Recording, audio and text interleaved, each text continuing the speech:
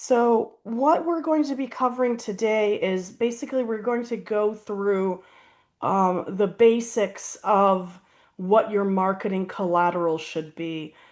We spend a lot of time working with companies focusing on the the beginning aspect because that's in a lot of instances the hardest part. How to get that first meeting. And what we talk about a lot is how to increase the likelihood of getting that first meeting. And a large part of that is your marketing collateral. Because in many instances, that's the first impression the investor has of you. And so having a complete marketing collateral package and making sure that it looks good is, of course, important. But of course, the most critical factor is what you put in there. And so that's kind of what we're going to be discussing, what it is that investors want to see in your marketing collateral. Yeah, that's right, Karen, because investors have to determine if you are a fit for them and what they're looking for, if you meet the criteria that they have in mind, in order to take a meeting with you. And the goal of these different pieces of marketing collateral that we're going to talk about today, the goal is to make it really easy for the investor to immediately identify if you're a fit and if it makes sense to have a meeting. So, I mean, you don't want to be wasting investors' time and you don't want to be wasting your own time reaching out to the wrong investors. You want it to be very clear. Yeah. And feel free to put any questions either in the chat or the Q&A feature, and we'll do what we can to answer them as we go along. And we will share these slides with you afterwards. You'll get an email from us with a link to these slides in case there's some information in there that you would like to go over again. So, who are we and what is Life Science Nation? Life Science Nation is a company that's been around for about 15 years now, based in Boston. And what we do is we help early stage companies identify and connect with the right investors. And we do that basically in two ways. We have a very powerful database of investors that tracks about 4,000 investment firms from all over the world. And we work with companies from all over the world who are looking to identify investors.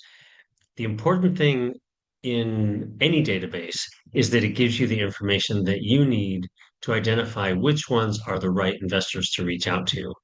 And we put a lot of effort into making that information very clear in the database.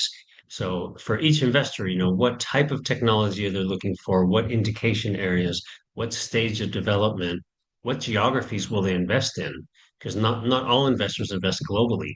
Some of them do. So you need to have that information to know which are the right investors to reach out to. The other way we help companies, and this is probably the most visible thing that we do at Life Science Nation, is the RESI conference. RESI stands for Redefining Early Stage Investment. And what is unique about RESI is that we have a very high turnout of many different types of investors who are looking to invest in early stage companies. By early stage, we generally mean seed through Series B. So seed up to about 2 million, Series A up to about 10 million, Series B up to about 50 million. And because we've been doing this for 15 years and we've been developing this database of investors for a long period of time, we get a very high turnout of investors. So just to give you an idea, our next conference coming up is in Boston, September 22nd and 23rd. We're expecting 350 to 400 early stage investors to be there. And that makes for a really unique opportunity for early stage companies that are raising money. And then just briefly related to our database and our conference series, we have a program called BD Assist, where we actually will do the footwork of business development to help companies raise money. And by that, I mean we will generate the target list of investors, and our business development team will do all of the outreach and all of the footwork to set up investor meetings for you. They might be online meetings, they might be in-person meetings, they might be meetings at Resi, but usually a 1 year period, we will do all of your business development footwork so that you just have to concentrate on taking those meetings with investors and getting invested in. So that's what we do at LSN. We'll be sending this to you, and feel free to reach out to Karen or myself. You'll have our emails if you have any questions or if you would like to discuss any of these programs. So, Karen, fundraising is not just developing a pitch deck, right? There's a little bit more to it than that. Yeah, absolutely. So we like to, really think about how to make your fundraise as efficient as possible.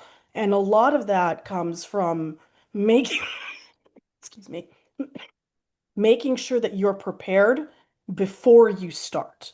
And that really starts with, at the beginning, making sure you have your story straight. You want to be able to tell your story and the story of your company in a compelling narrative that flows really well. That's the backbone of your marketing collateral.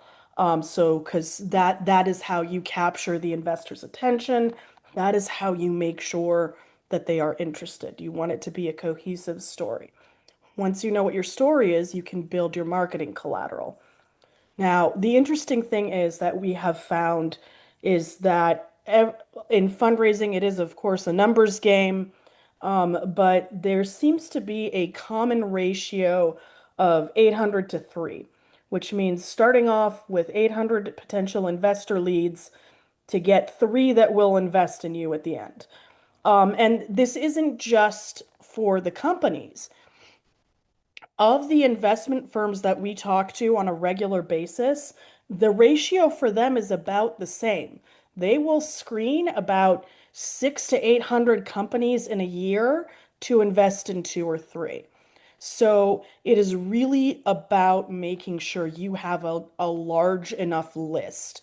So you want to make sure that you find a large pool of investors who are a fit for you because they're going to fall off the table relatively quickly. And if you don't start with enough, you're not going to end up with any at the end. And because it's such a large list, we definitely recommend that you have a CRM, something like Salesforce, HubSpot, to keep track of everything. I always joke that, a lot of companies will work in Excel, and my joke is if you can manage your list adequately in Excel, that means it's not long enough. Because it's impossible to adequately track 800 different potential contacts or leads in an Excel spreadsheet. You need to keep track of when was the last time you reached out to them, when you need to reach out to them again, what communications have you had with them? Have you met with them at a conference?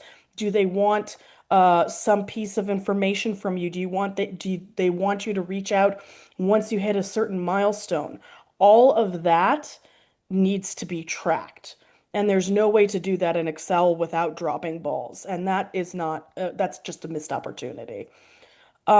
A lot of times we also recommend, or pretty much always we recommend, that CEOs get some sort of help. And it's, maybe an MBA student or a student from biotech who wants to see what work is like outside the lab, someone who can maybe join part-time, but someone to do the grunt work because fundraising is a very, very time intensive task. And a lot of that is not necessarily something that strictly requires the CEO or the head of BD or whatever it is to be doing that work. It's a lot of emails, a lot of follow up. And so you want someone who can potentially do that for you.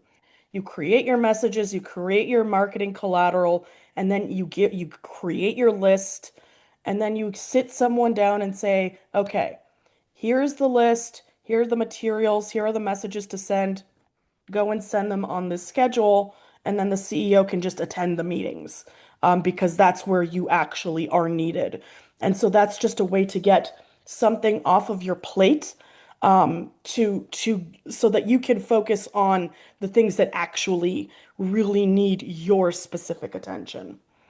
And then, as we said, if And you're we've more, seen, go ahead, Greg. I'm sorry, Karen, I was just going to add that we really commonly see that the startup teams in early stage companies are very small. They're very limited resources, usually just a few people, and the CEO tends to try to take on all of this on their own. And as Karen said, it's just too time consuming. There are many other aspects of the business the CEO needs to be involved with. So having someone to help set up meetings is crucial. Yep. And I mean, once you've got your collateral, your executive summary, your pitch deck, your one-page data sheet, if once, that is ready to send, then you can, just have them do it and then maybe pause whenever you want to update the materials and then have them start going again. Um, you also need to, so you're going to need to be sending all those emails, have someone do that for you. Um, you're going to need to be going to like to go on a road show and go to partnering events. You need to leave your region. There's never enough funding in your local region for all of the companies. You want to get global as soon as you can. So look at the events. What are the strengths of that event? What are they known for? Make sure that you are picking the right events because it is extremely, um, it takes a lot of resources, both in terms of time, in terms of capital, travel, expenses, everything like that. You want to make sure that you are making the most of your time and your resources. So make sure you're picking the right events to focus on.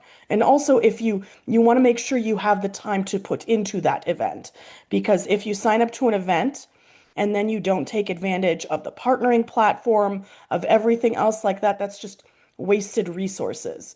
So you need to make sure that you not only are going to the right events, but that you have the time to put in the effort to make the most of each of the events that you attend.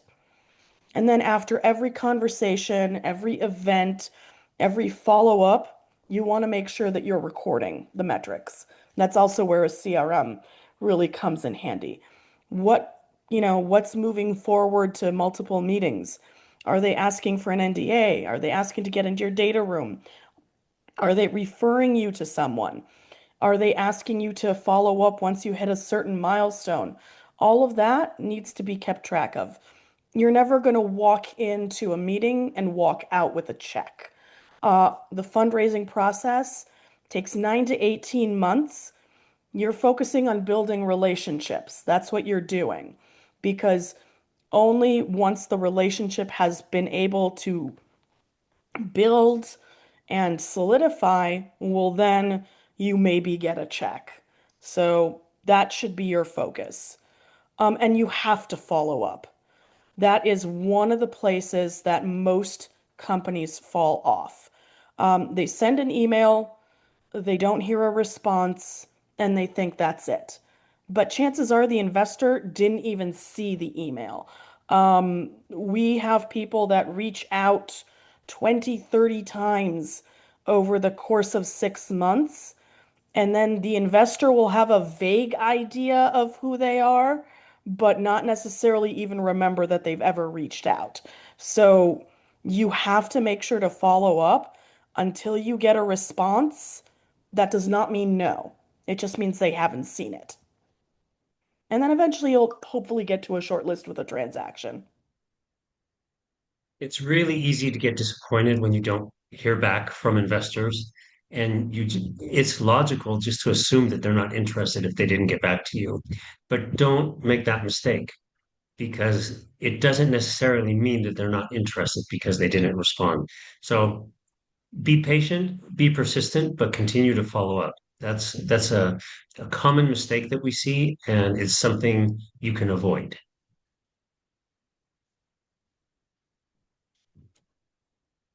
Okay. So we're talking about the marketing collateral part today. So you get your story straight, and now how are you going to communicate that story?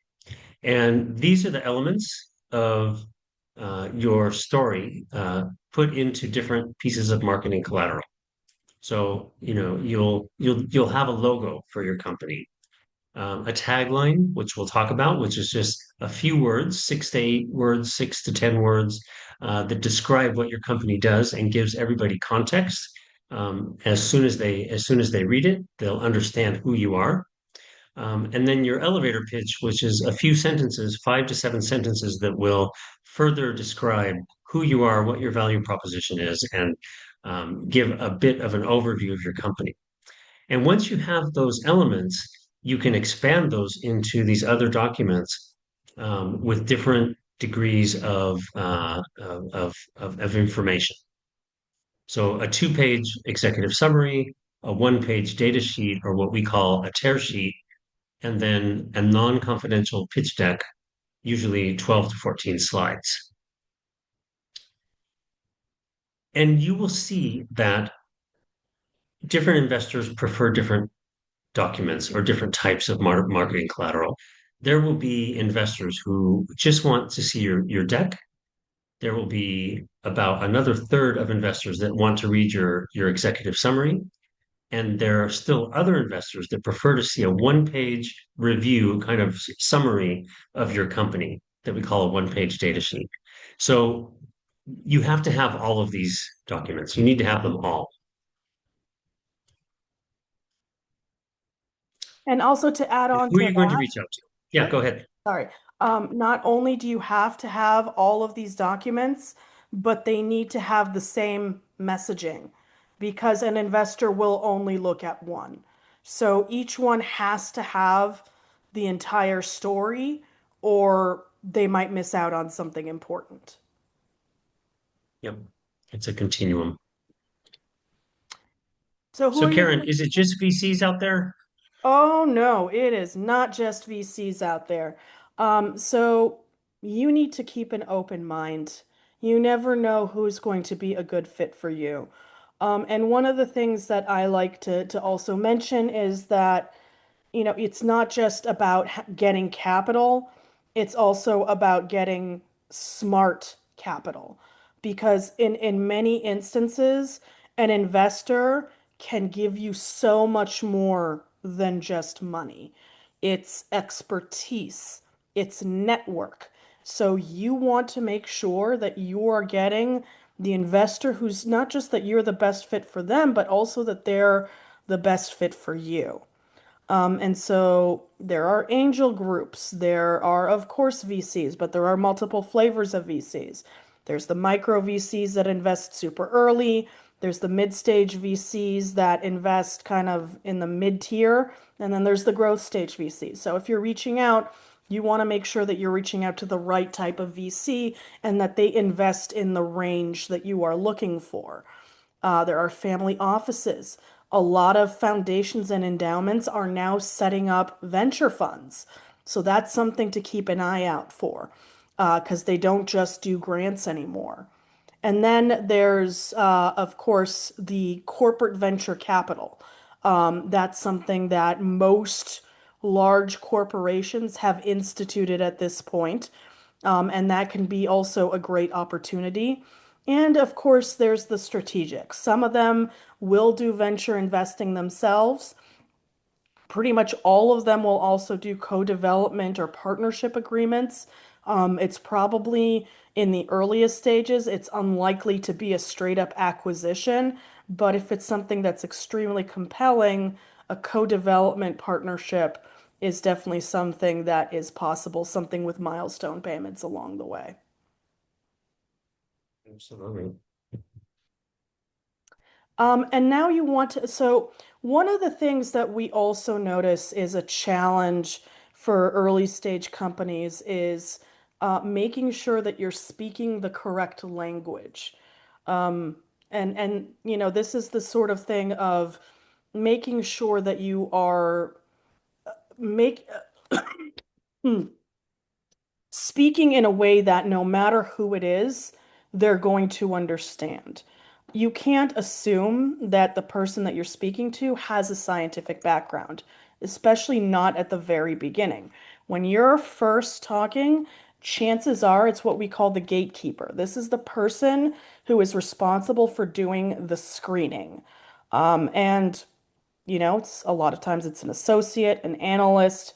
They're the ones that are responsible for bringing in most of the deal flow. And so that means that you need to make sure that they can understand. And a lot of first-time CEOs are scientists that are making the transition to being an entrepreneur, and it's all about the science. And so it's a very technical presentation, it's a very technical pitch, and you'll see the eyes of the person you're meeting with kind of glaze over because it's too technical. And you can't assume that they know the science. So you want to start off with making sure that it's base level.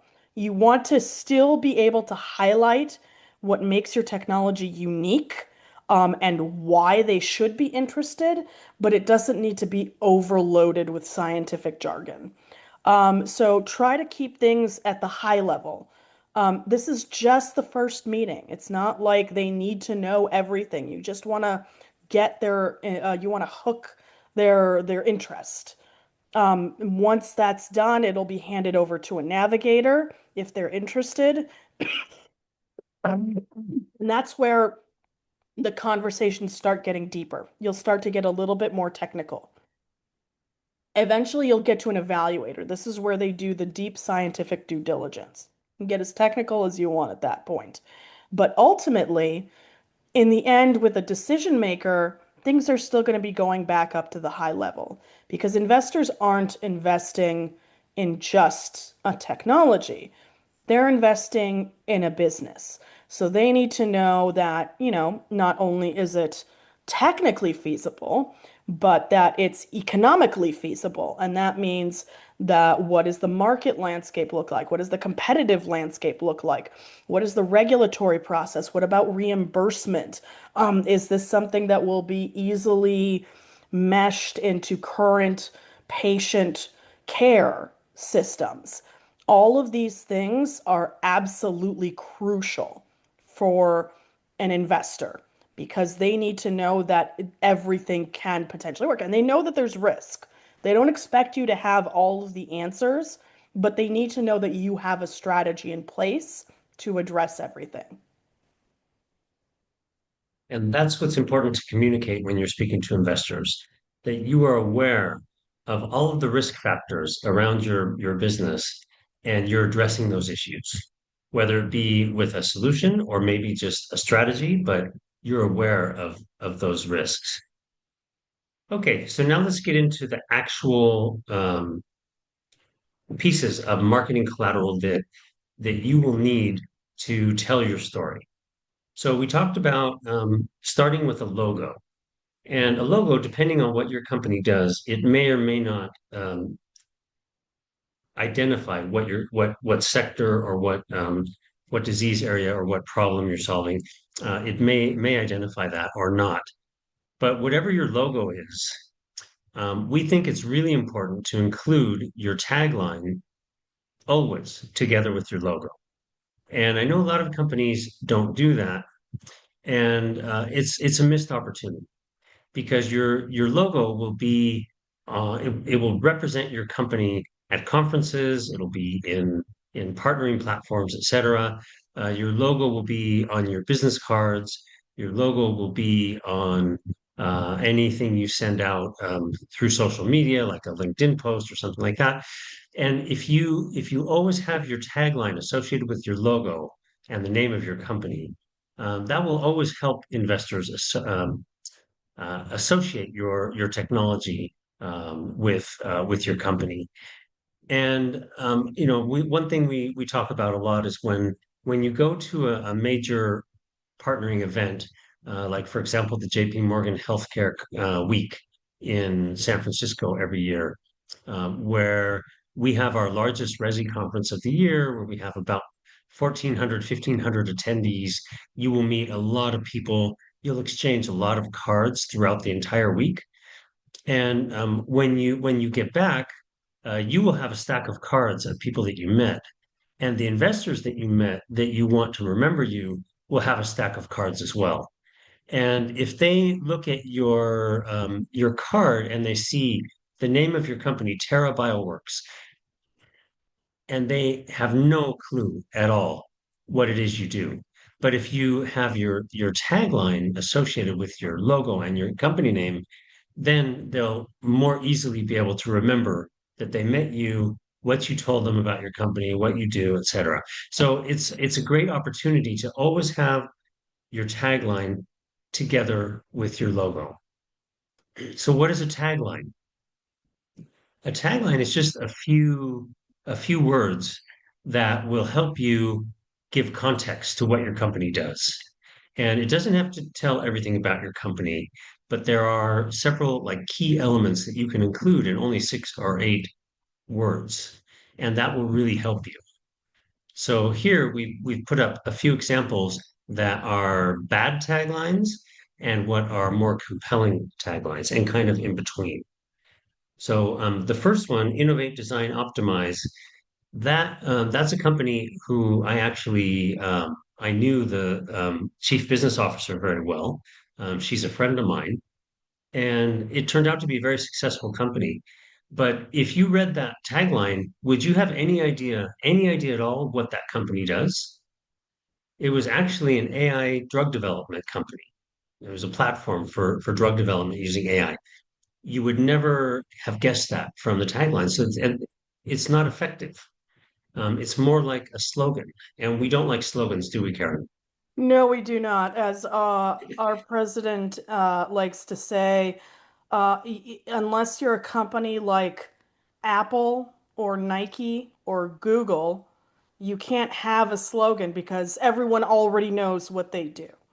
If they don't know what you do, then it you can't waste that with buzzwords. People love using buzzwords because it sounds super cool.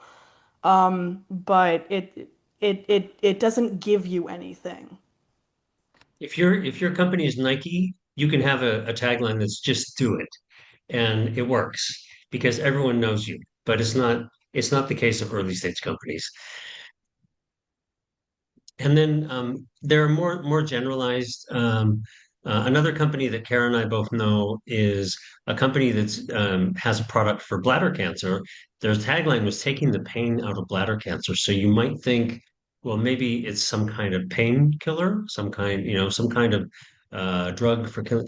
Well, actually, it's a diagnostics company, and diagnosing bladder cancer. But from the tagline all you get is that it's in the bladder cancer field, but you really don't understand what the company does. So that's also not an effective tagline.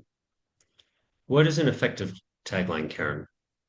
Well, an effective tagline will be something like novel multimodal therapeutics for prevention of chronic pain. That was a company that had a drug that affected three separate brain receptors, and would prevent the transition from acute to chronic pain after surgery. And so they can't tell the entire story in the tagline, but with novel multimodal therapeutic for prevention of chronic pain, you get a lot of information about who they are and how they operate, enough to know, hey, this is something I might be interested in or not. Exactly. So we're not going to read all of these, but I think you get the idea. So ask yourself, do you have a good tagline for your company? If you want to talk about it someday, feel free to schedule a meeting with me or with Karen or one of my colleagues, and we're happy to talk about this. In fact, our CEO Dennis Ford, he loves to talk about taglines with companies. And it's we keep talking like it's simple, but in reality it's not. This is not an easy process. Usually it takes 20 to 30 iterations before everyone is kind of happy with the tagline. So even though it doesn't sound super complicated, we know it's not easy. So once you figure out your tagline and you include that always with your logo, you want to expand that into what we call the elevator pitch. And that could be 5 to 7 sentences. It doesn't have to be long, but the goal here is to clearly state what your value proposition is, what makes you different, special, better, or whatever, compared to what's on the market. But you want to express that and be able to do that in a paragraph. I usually recommend, the basics of what I recommend people include is, what do you do? What makes it unique? What is the stage of development? How, excuse me, how much are you looking to raise? And what will you accomplish with that fundraise? And the elevator pitch, it is extremely useful. Companies, we have them use it when we're working with them in a lot of different aspects. It's the beginning of the executive summary, it's the beginning of the one-page data sheet, it's the beginning of your pitch deck. It also serves as a really, really good intro in an email. So when you're reaching out to an investor, we usually recommend in your first message, you take that elevator pitch and that's the body of your email. One thing to note is that you don't want to send too much. Investors will probably spend, they need to be able to skim and understand what it is you do and why it's important. Um, the average time they're going to be spending looking at your stuff is about 2 minutes. So you need to be able to be clear and concise.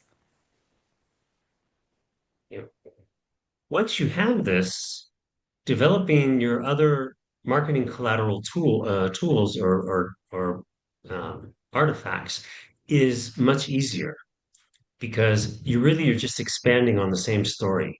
So your elevator pitch, you're telling a story in just a paragraph. You're giving the highlights of the story. The next document is a 2-page executive summary where you can explain and elaborate on the story of your company in much more detail. And you can start here with your tagline. And that's basically what you see at the top of this particular. I mean, you don't have to read the text. I know it's too small to read. I want you to get an idea of kind of the format and the length of the executive summary here. And each one can be different. Some people like to include a lot of graphics in their executive summary because it helps tell their story. Others maybe just use more text, but whatever you decide, you'll start with that executive summary, and then you will expand on that in different sections as needed to continue telling your story. Um, So, yeah, go ahead, Karen. I was just gonna say, and this is in prose form. So you want to start with maybe, and there is no formula, but most people will start with something like, well, what is the problem? What disease isn't being treated properly, or what is a pain point that you are trying to solve? Why is it not being addressed adequately?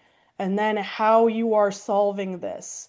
You're going to want to touch on what milestones you've achieved. You want to touch on the team. What makes them uniquely qualified to achieve this? What experience do they have? So the key here is that you're telling a cohesive story in prose form. And the reason that it's important to include all these elements is an investor is there when they're looking at your materials, they're assessing the risk. Okay, what is the technical risk? What is the commercial risk in terms of, what does the market look like, the competitive landscape? The execution risk. What is the team going to be capable of doing this? Um, all what is the risk in terms of regulatory reimbursement? All of this is the type of risk, and so you want to weave in how you're addressing all of this in a way that is cohesive. And again, it's not easy, but it's something that allows you to really give them a window into who you are and what your company is. And the reason I say who you are is because you are selling yourself as much as you are selling your technology, especially in the early stages. The earlier the company, the more the investor values the team. And so this is also you selling the team, which is why it's important to do that, to include that in your executive summary. Yeah, it's too often, Karen, that we see uh, insufficient attention put on the team. I mean, just the name and position is not enough. Even just the name, maybe title, like PhD or MBA or whatever, um, is not enough. I think investors need to have some context what the background of the key team members is to to believe that that team will be able to carry out the project. Yeah. And that you also don't feel the need to fill in holes. You're not going to necessarily have everyone for everything right off the bat. A lot of the team will get built in time. So even if you're looking to recruit a specific team member through this fundraise. You can even make mention of that this is your next step. Or even make sure to list key opinion leaders or important, crucial scientific advisory board members that are involved in the company. But know that the investor is likely to want to reach out to them, and talk to them. So, put people whose opinion you value, who are involved. That's the sort of thing. And in terms of showing that the team is uniquely qualified, highlight their past experience that is relevant. So, have they worked at a specific company that gives them the tools to be able to work on this, on what they're doing at this company? That's the sort of thing that we mean by showing that the team is uniquely qualified, since we did have a question about that. Yep. We also had a question, Greg, just really quickly about how do we see posters in this context, in order of presenting things in an appealing way. I would think of a poster as kind of a visual representation of your elevator pitch. You want to be able to highlight what makes your company unique, what the technology is, and really make that visually appealing. It doesn't need to, definitely don't do a scientific poster, because we see people do that, and it's not what investors want to see if you're attending an investment conference. So the best way I can describe it is the elevator pitch in visual form. At the Resi conference, just for those of you who are not aware, there's a competition called the Innovators Pitch Challenge. And each company that is a finalist in the pitch challenge and will be pitching at the Resi conference to a panel of investors, each of those companies gets a small table and a poster in the exhibition area. And it's a great opportunity to get additional visibility for your company and to start conversations with people. You can hang out at your poster and talk to people as they come by, bring investors over to talk about your company. So you want your poster to be very visual and you want it to address the main issues that are in your elevator pitch, but in a very visual, attractive way.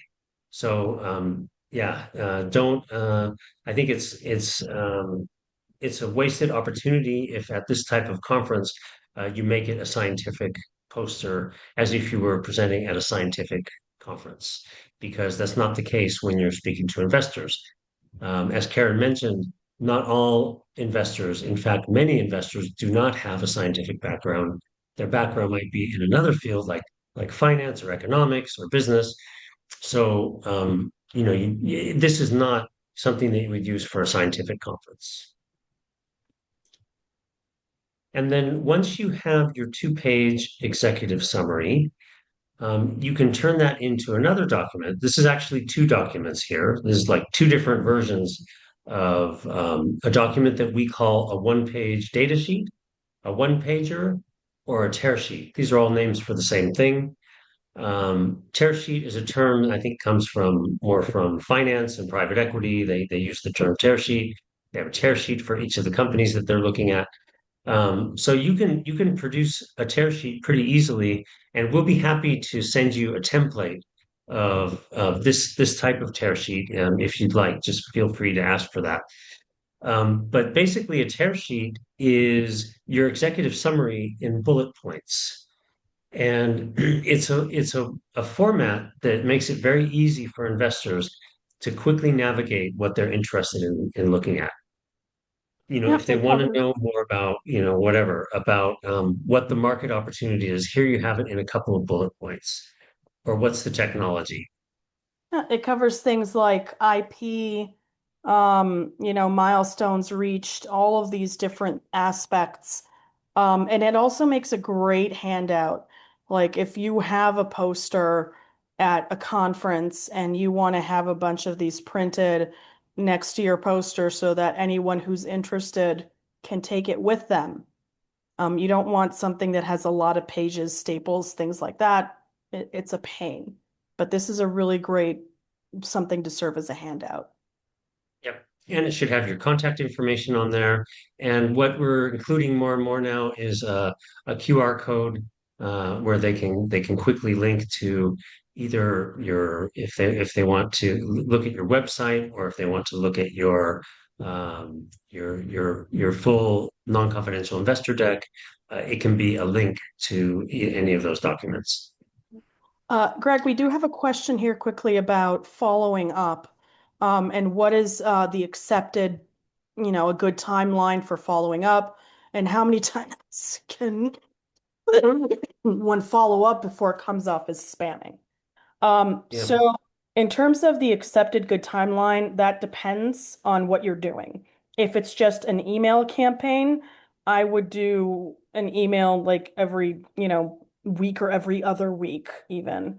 Um, if it's a conference, like if you're in the partnering platform, we recommend that you send 4 messages, and space them evenly, making sure that your final message is the week before the conference, because for some reason, in every conference that we've ever seen, about 70 to 80% of the activity happens the week before the conference.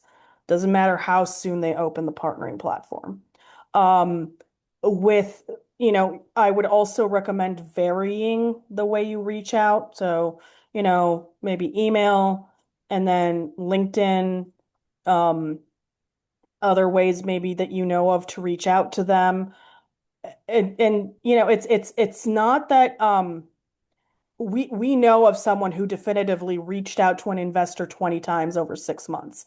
And that was not considered spamming because the person didn't even realize that, the guy had reached out until, you know, ran into him at a networking event. He's like, "Oh yeah, I think I've heard of you." So clearly did not register. So you don't have to worry, like unless you're emailing them like every day, I don't think you have to worry about spamming if you're reaching out periodically.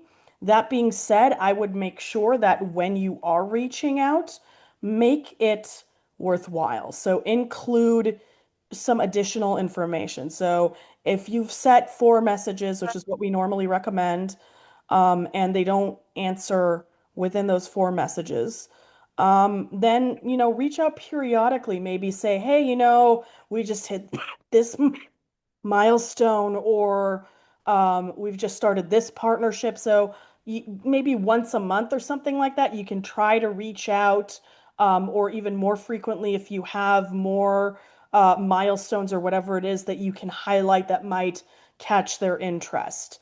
Again, unless they answer you and tell you no, it chances are you probably didn't 100% register.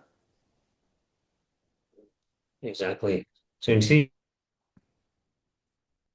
it's acceptable to continue reaching out.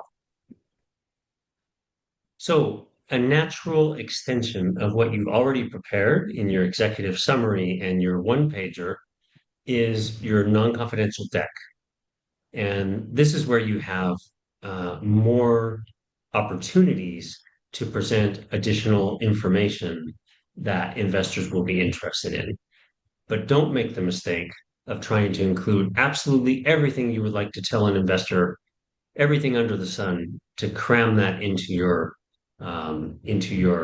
deck. And what's worse is to make a deck that is way too long. So, 10 to 12 slides of content plus a cover slide and a thank you slide at the end with your contact information. That's all you need. It shouldn't be longer than that. Karen, you talked to an investor who told you that the deck should be something like a trailer to a movie, Yes, right? absolutely. Yeah, you don't want investors don't want to look at a 40 slide deck. They're not going to look at a 40 slide deck. It's kind of a red flag and it's not going to make a good impression. It should be standalone, visual, not too much text, but it should be cohesive enough to go through your story, like in your executive summary.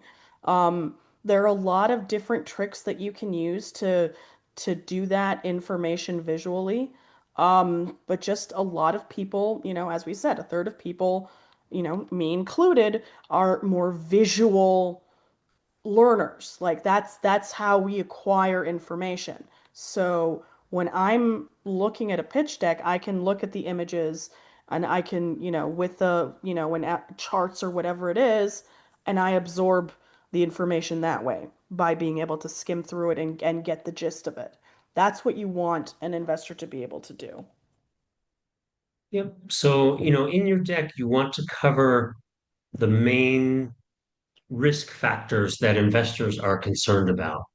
And that will include, it will start with a summary of your company, which can be based on, again, on your elevator pitch. So that's a great way to start your pitch deck. And then you can talk about the market, the need, the commercial opportunity, whatever.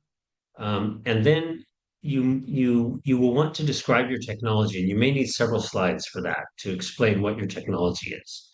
But it's not 20 slides to explain your technology and all of the data that you have. This is not the place for that. And then a competitive analysis of what's available on the market. What's the standard of care today for whatever it is you're treating? Do you have any other products in development that you would like to include or mention? Um, Although we think it's better to focus on a single technology, a single product, but we can talk about that another time. But then very importantly, and here again, there are a lot of companies are reluctant to include information about how much money you're raising, how much money have you raised to date, the money that you're raising, what milestone will it get you to? What will you achieve with that money? And there's a really useful way to show that on a timeline. We'll talk about that in a moment. Yeah, I just want to add that when you're talking about your technology and even if you have a couple of slides talking about the supporting data, you don't want to stick a ton of data from like say one of your scientific papers in there. Because as we said, not everyone has a scientific background. And so if you're just, putting in these scientific results in there, that may be lost on some people who are looking at the deck, and that means that it's, wasted space.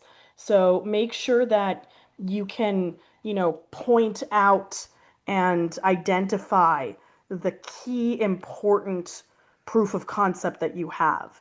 And in something that anyone can understand, whereas, extending life in a cancer treatment by so many months or reducing tumor size by so much, whatever, whatever it is that is easily digestible.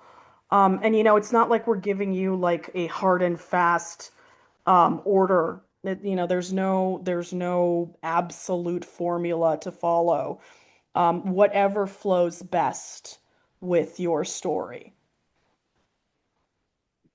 Exactly. And then last but not least, and we usually see this at the end of the presentation, but it doesn't necessarily have to be there, the management team and or scientific advisory board, business advisory board, key opinion leaders, whatever is important for your company and your story, you want to include that. And as I said earlier, it's not enough just to have a nice photo and the name of the person and the position that they're going to occupy. It's important to give context. So you don't need to include everybody if you have a large team, but you need to really make it stand out that the team that is behind this project is capable because of their background or because of the scientific advisors that you've recruited, or for whatever reason, the team that you have put together is capable of carrying out this project if the investor gives you money. One And final, oh, that's you got to convince. yeah, sorry, one final thing that I do want to add, make sure that all of these pieces of marketing collateral are not marked confidential. All of this should be non-confidential information. As a matter of fact, there are multiple organizations, venture funds, companies, or things like that that have a policy in place where if a deck is marked as confidential, they are not allowed to look at it. No investor is going to sign an NDA before a first meeting. Asking that is an enormous red flag, and they're just going to be like, nope, and walk away. Um, you should not expect to be sharing any confidential information before, several meetings in. Um, at which point they will more likely be willing to sign an NDA and get into those details. But none of this should be confidential. Very important point, Karen.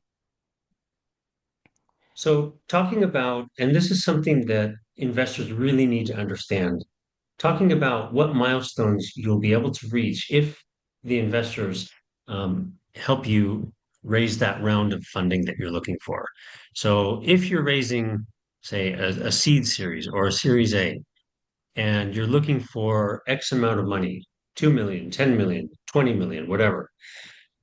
What milestones will that help you achieve?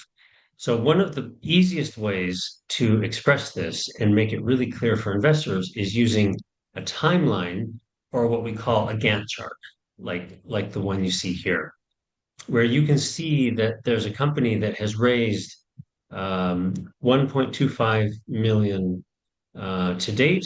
This is an old slide, of course, and now they're looking to raise 10 million to achieve the next set of milestones. So this is one way of showing the investor that with an initial investment, you've already advanced on certain milestones. And with the investment over the next 3 years, you will achieve these other milestones. Of course, any milestone you achieve will increase your valuation. And that's what the investor wants to see, a clear pathway to profitability for themselves.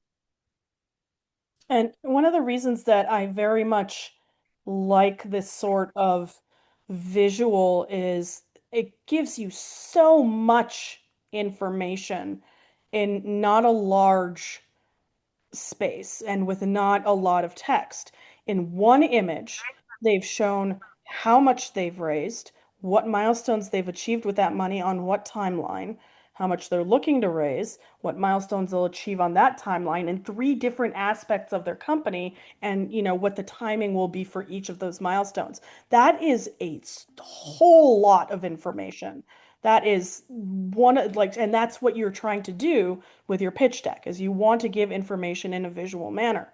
The one thing that we emphasize is we see a lot of companies that want to try to raise for the next year or something like that. That's a waste of time. Um, your fundraise is going to take at least a year. You want to make sure that you are maximizing the amount of time and not going straight from one fundraise into another. So look for 2 to 3 years. That should be your goal. What do you need for the next 2 to 3 years? You want to be transparent and reasonable about your financial needs. You don't want to ask for too much money. You want to be able to justify what you're raising that. But that being said, you want to give yourself enough of a buffer if things go wrong, because something usually will end up going wrong and need a little bit more time or a little bit more capital. So you want to give yourself some wiggle room, but don't be too generous with the wiggle room. And you also want to be realistic in terms of the development timeline.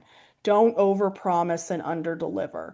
You need to be reasonable in terms of the amount of time that it will take. And generally speaking, the investors that you're talking to will be experienced in this area.